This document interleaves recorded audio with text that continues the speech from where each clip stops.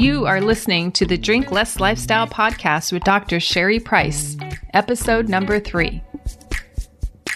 Welcome to Drink Less Lifestyle, a podcast for successful women who want to change their relationship with alcohol. If you want to drink less, feel healthier, and start loving life again, you're in the right place. Please remember that the information in this podcast does not constitute medical advice. Now, here's your host, Dr. Sherry Price. Hello, everyone. How are you today? I am doing great. In just a few weeks, it will be Halloween, and we are big Halloween people here in my house. So we usually throw a huge Halloween bash every year. We've been doing that for about 5 or 6 years now. And of course, it'll be a little different this year. Because of COVID, we won't be throwing the party. So we sent out an email to our 100 plus party goers. And one of the responses was, "Oh, this is so sad. This is going to be a hard habit to break. We love your party." And so I was thinking about that, and that ties into today's podcast episode because we are going to be talking about how to break habits. So to dive in on how to break a habit, I must first go over how the brain works in this situation. Now, we discussed a little bit about it on the last episode, but I'm going to take a different approach on this one. So there are 2 parts of the brain that I want to dive into before we get into actually the steps needed to break the overdrinking habit. So the first part of the brain is the primitive brain that I want to discuss. It's also called the limbic system, the reptilian brain, and also known as the lower brain. And this part of our brain was meant to keep us alive. It was meant for survival. And this part of the brain is motivated by 3 things, hence the name Motivational Triad. So the 3 parts to that triad are that it loves to seek pleasure. And our primitive brain also loves to avoid pain. And our primitive brain loves to conserve energy. So those 3 things make up the motivational triad. Again, it's that part of the brain that was developed to keep us alive, to keep our species surviving. So if you think about those 3 areas, seeking pleasure, avoiding pain, and conserving energy, you see that alcohol meets all 3 of that criteria. So when we drink alcohol, we learned in the last episode, there is a flood of dopamine, which gives the brain a huge sense of pleasure and reward. And we know that alcohol numbs. So that's going to numb any physical pain that we're feeling. It's going to numb any emotional pain that we're feeling. And we know that alcohol also is a sedative, right? So when we start drinking, of course, we're going to be conserving energy. A lot of us get unmotivated when we drink and we sit around, we watch TV while we're drinking. So we really are conserving a lot of energy. And even if we're out with friends, we're still pretty much sitting around talking and drinking, which again is not expending that much energy. It's not like we're out running a marathon. And in the last episode, we also talked about one way the brain conserves energy is by looking for patterns and making them into habits. So actions that we take without much thinking, we just do them. They're pretty much on autopilot. We don't really have to think about them. Those are considered habits. And so drinking commonly occurs at the same time every day. So it becomes, again, a habit for the brain. And another thing about the primitive brain is that it loves instant gratification. So if it could get immediate reward, avoid pain in the moment, and conserve energy or look for the easy way to do things, the primitive brain is all on board with that. You can even see how this pertains to like eating dessert, right? So your favorite dessert, if that's chocolate cake or whether it's brownies, your primitive brain will get that immediate reward of dopamine flood because it'll get the sugar, the high, the concentrated sugar, which will cause a dopamine flood in the brain, give us that sense of pleasure, that reward. It'll taste good. It'll feel like, that's a treat. We will forget emotionally what we're experiencing because we will be riding that high of that reward. And also, usually when we're having dessert, we're sitting down, conserving energy. Same is true with that first glass of wine or whatever your adult beverage of choice is. The brain feels immediate relief when it has that flood of dopamine. So you could see why the primitive brain is always going to be looking for reasons why we should keep drinking. Now let's move to another part of the brain. So the other part of the brain is the neocortex, and I really want to focus on the prefrontal cortex. Oftentimes this is referred to as our human brain or our higher brain. And this is the part of the brain that contains those higher order brain functions. Things like executive functioning, planning, reasoning, and logic. And it's the newest part of the brain to evolve. So it's these higher level brain functions that help us achieve and set out for our goals and our dreams in life. It's the prefrontal cortex that's able to plan out and obtain our goals that we have for ourselves in life. This prefrontal cortex will expend more energy to get our goals. It is willing to work hard. It doesn't necessarily care about the easy way out. Think about going to college. You have to fill out application forms to apply. You're potentially going to want to visit the campus to see if you feel like it's a good fit and you can see yourself there. You're going to have to enroll courses each quarter or each semester. You're actually going to have to get up and go to class or get online and take some classes. You're going to have to take some assessments and some tests.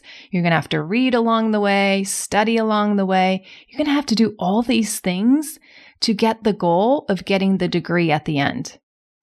So this is the prefrontal cortex at work, right? It's planning, it's organizing, and it's executing all the things it needs to meet your goal or your dream of that college education. Same thing can be said for getting a driver's license. Again, it's a process. It takes time. There's multiple steps involved. And this is the function of the prefrontal cortex, is to make sure we stay on track and we achieve our goals. Same thing about planning a wedding and getting married. Same thing with raising kids. All of this takes the human brain and the prefrontal cortex to strategize how to create the life that we want. Otherwise, if our primitive brain was always in charge, we would just look for the easy way out. We wouldn't want to expend energy. We would want to sit around, not feel pain, not want to do anything, and just be pleasure-seeking or hedonistic. Back in the day, the primitive brain helped us to survive because we didn't have the modern-day conveniences that we have now. Like, think about it in terms of food, right? When we eat because we're naturally hungry, yes, that's going to provide a dopamine release. That's going to feel good. And of course, the primitive brain wants to feel good, and it's meant for our survival. But with modern day conveniences, we don't have to go out and hunt and kill and prepare our meals, right? We can just shop for them at the grocery store, or some of us get them delivered straight to our house. We just have to walk a couple of feet to the refrigerator to grab something to eat. So we just have an overabundance of food.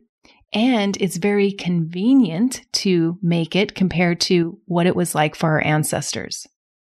And we don't even have to expend that much energy to put a meal together. So now the primitive brain can keep us from actually achieving our goals because of these modern day conveniences. It makes it so easy to overindulge in eating and overindulge in alcohol.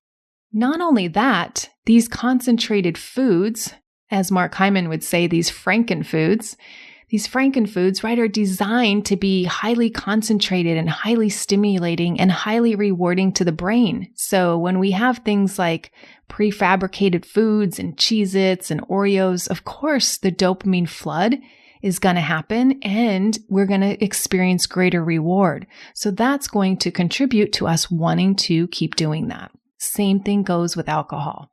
Okay, so now that we have a basic overview of the science down, we have the primitive brain we talked about, the instant gratification, wants the easy route, and then we have the prefrontal cortex, which is willing to work and willing to do and willing to plan and execute and do all the things to get to our long-term goal.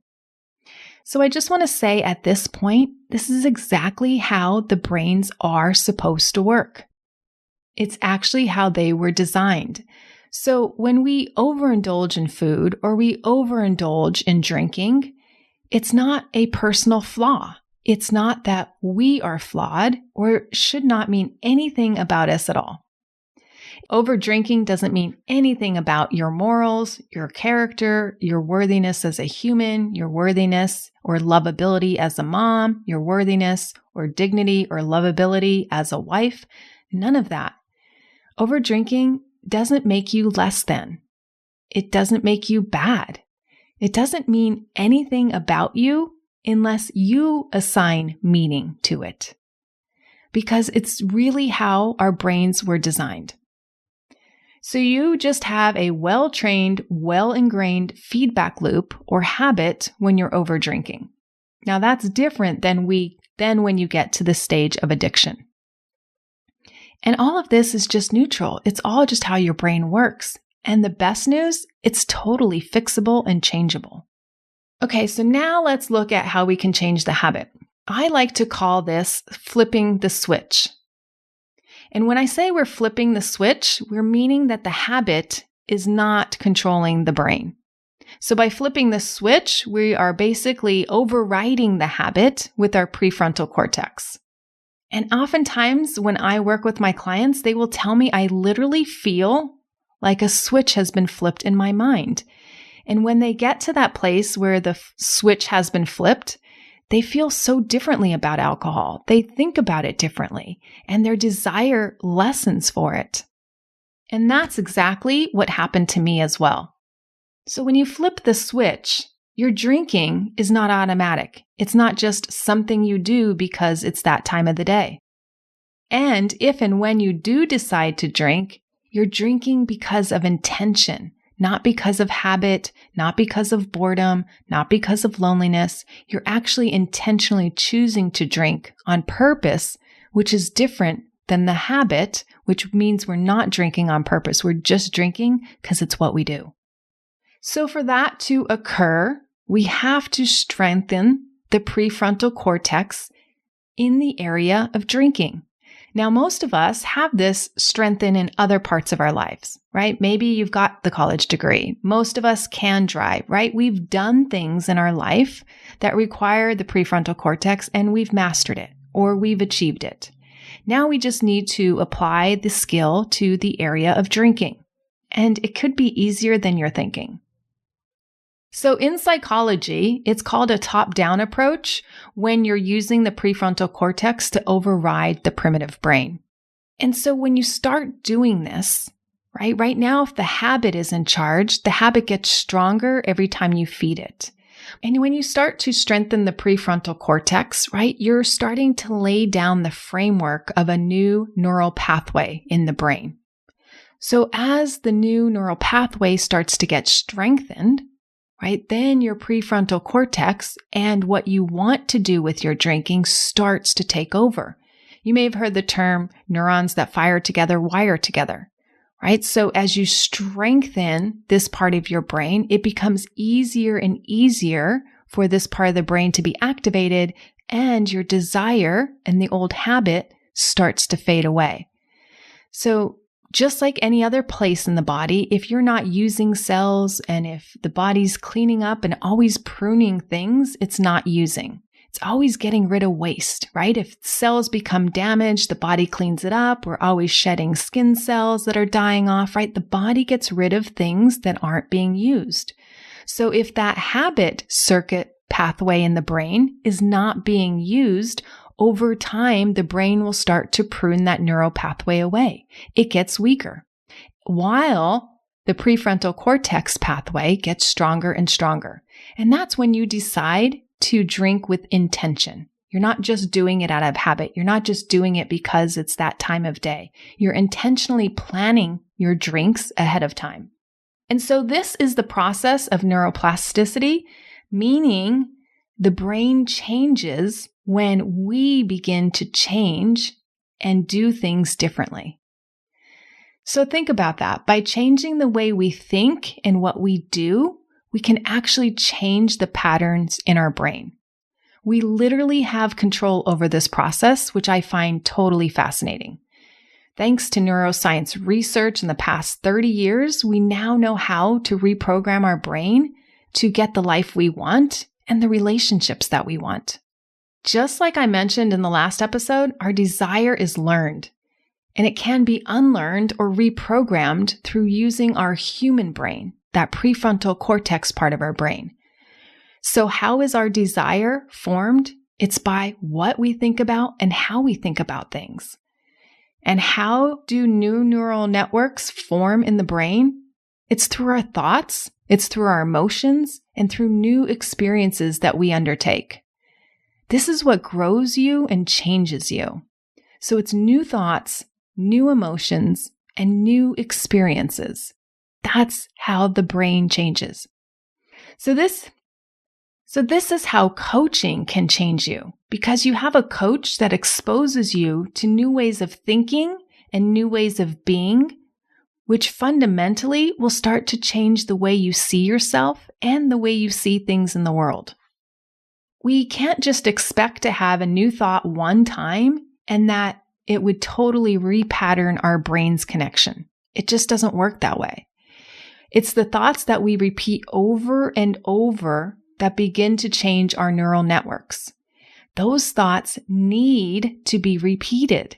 And if you have an experience along with those change of thoughts, you actually can change your mindset quicker. So maybe you've attended something like a mastermind or a retreat, or maybe you've been coached yourself. You get exposed to seeing things in a different light, and that creates new thoughts. It also can generate new emotions for something that you had different emotions for. And it's all part of that experiential experience that really starts to pattern the mind. It's just like when you plant seeds in a garden. You lay them down, they begin to sprout. Well, you got to keep watering them. You got to keep tending to the garden. You got to keep making sure that that plant has enough to take root, to grow, and to expand. Just like it is with a neural pathway in our mind. We can't just have the thought one time. We have to keep repeating it and letting it grow and keep expanding in our mind. Therefore, that pathway gets stronger, and hence the old habit pathway can be pruned.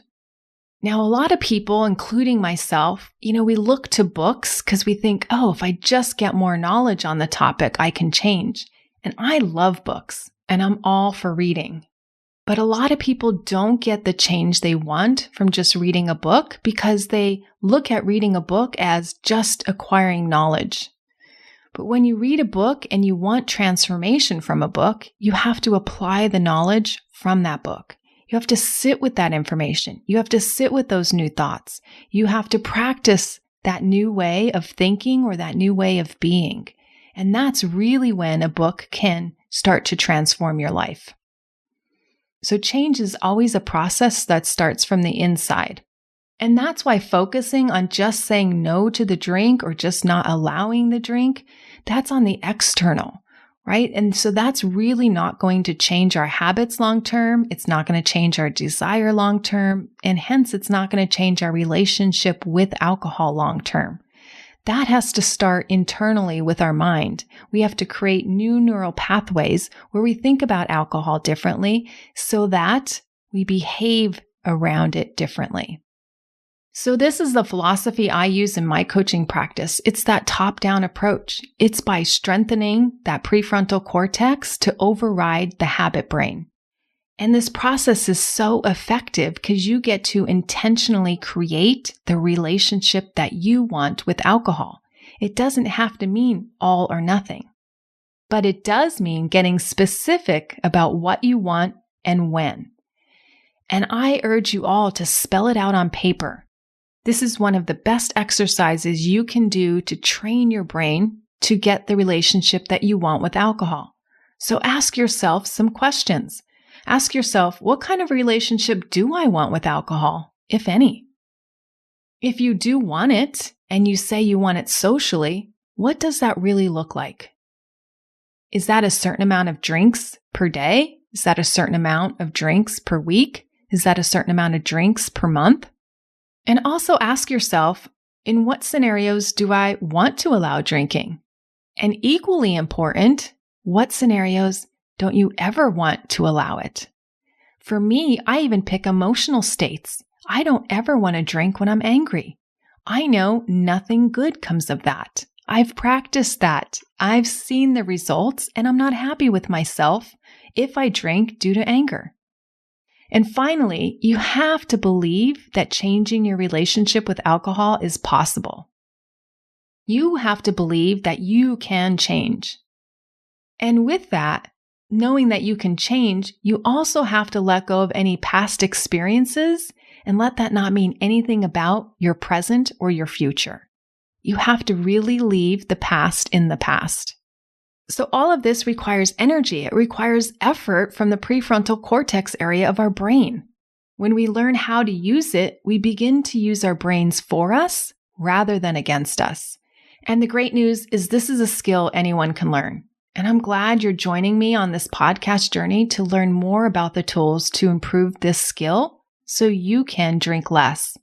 Next week, I'll be back with more on how to change your mindset around drinking so that you can live more joyfully and actually in alignment with who you want to be around alcohol. Okay, my friends, that's what I have for you today.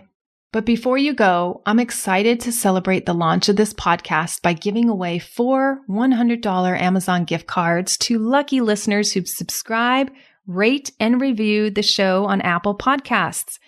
Of course, I do hope that you love the show, but it does not have to be a 5-star review. I want your honest feedback to make sure I continue to provide you tons of value. So visit sherryprice.com/podcast launch to learn more about the contest and how to enter. I'll be announcing the winners on the show in an upcoming episode. Bye for now. Thanks for listening to Drink Less Lifestyle. If you're ready to change your relationship with drinking now, check out the free guide, How to Effectively Break the Overdrinking Habit, at sherryprice.com/start now. See you next week.